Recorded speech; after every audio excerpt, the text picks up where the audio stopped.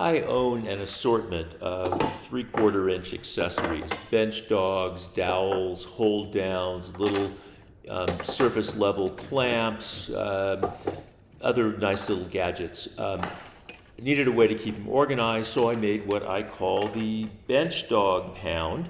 It's an 8.5 inch by 10 inch board with 30 holes in it, 33/4 inch holes. I made mine with a CNC router, and there's actually a link to the file if you want that CNC file. It's pretty easy. You could make your own. If you don't have a CNC, it's pretty easy to drill it yourself. So, it's 6 rows by 5 columns, and they're 3/4 inch holes. I put a little chamfer in them. I did CNC for mine, but you could use just a trim router, with a chamfer bit on it if you wanted to do it that way if you don't have a CNC. So you can use it on the bench top, and it stays nice and stable because of the way the little wedge on it works. It holds the thing down. It holds the lower edge flat to the workbench. But it also holds it nice and stable on the cleat wall. And really, that's how I use it mostly. It's got all of these accessories up off the workbench, but they're all where you can see them. When you want to just go in and grab 1 or 2, bench dogs or hold downs, whatever you need, they are right there. So, again, get the CNC file if you want that for the board. The key to it is the wedge. Here you can see how it's assembled. The fat part of the wedge hangs out over the bevel on the French cleat. So how do you make a wedge like that?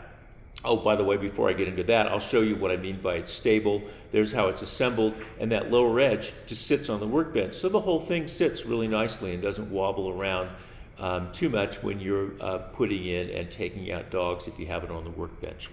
All right, so making the wedge is the key.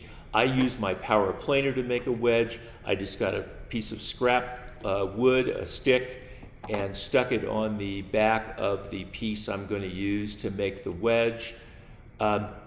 You'll see here in a second, and I've got to deal with the fact that it was going to kind of wobble as it went through the power planer and not really cut that angle. So after I put the stick on, here I'm pushing it down, you can see what I mean. The power planer was going to do that and just make it wobble up and cut it flat instead of cutting that angle.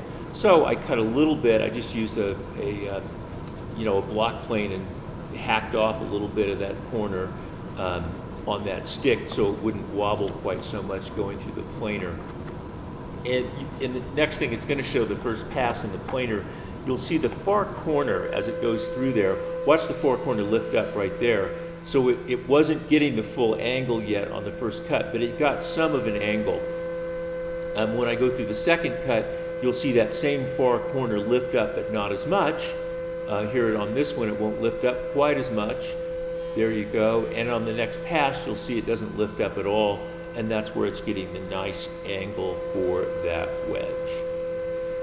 I didn't even measure, what the angle is. I don't know. I just got a stick that's about the same thickness as the wedge material, and you'll see when it went through, it doesn't cut the wedge perfectly all the way through it.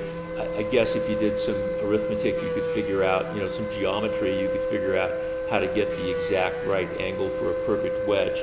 But you don't need to. This works fine just like this. And you'll see in a second when it gets to the assembly.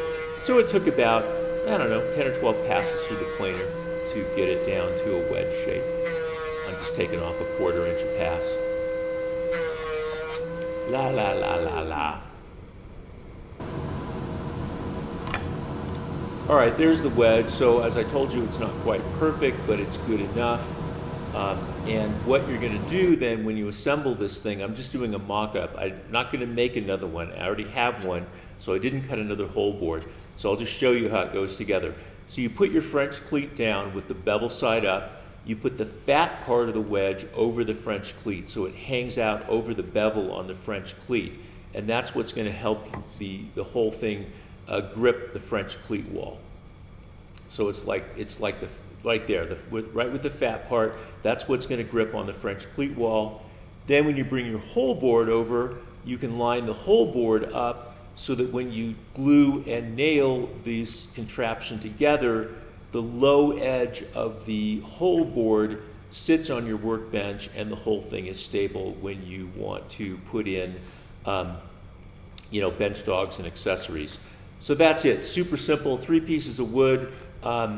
Thank you. I hope you like it. Please hit the like button. Please subscribe. Bye now.